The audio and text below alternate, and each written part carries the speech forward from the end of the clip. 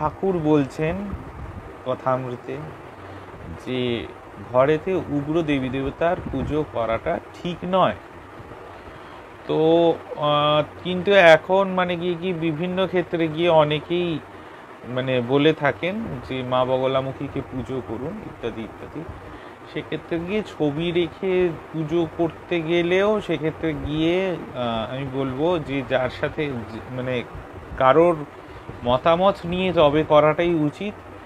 কারণ কি সত্যি কথাই মা বগলামুখী যত যাই হোক সামান্যভাবেই করি কি বিশেষভাবেই করি, যাই করি কিছু কিছু তো নিয়ম থেকেই থাকে।